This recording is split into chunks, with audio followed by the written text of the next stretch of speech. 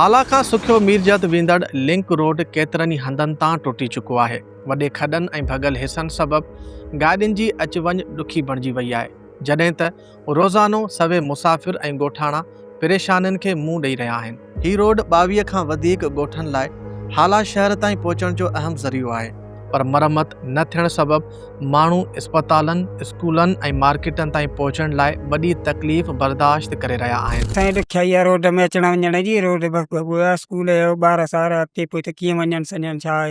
ही तव्हां रोड पाणी ॾिसो, तव्हां सॼो बेकार लॻो पियो आहे। असांखे ॾाढी तकलीफ़ आहे, या बराए महिरबानी तव्हां जी थींदी असांजे रोड ग़रीबनि खे ठाराए ॾियो।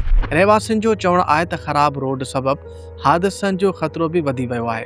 अस्पतालनि ताईं मरीज़नि खे पहुचाइण में ॾुखियाई थिए थी, ॿारनि खे स्कूल वञण में तकलीफ़ आहे।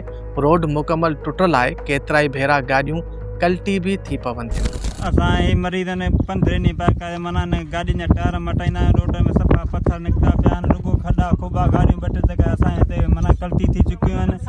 ऐं बेरा महिरबानी करे असां पंहिंजो रोड ठाराए ॾियो, महिरबानी करे। इलाइक़े वासियुनि मुतालबो कयो आहे त लाॻापियल इख़्तियारियूं फौरी तौरु रोड जी नई सिर तामीर या मरम्मत कराए ॾियनि, जीअं हिन अहम रस्ते खे सफ़र लाइक़ु बणाए सघिजे ऐं माण्हुनि जूं रोज़ाने जूं ॾुखियाइयूं ख़तमु थी सघनि। असांजे रोड जी हालत ॾिसो, असांजे मरीज़नि जी तकलीफ़नि में तकलीफ़ थी थिए ॾाढी।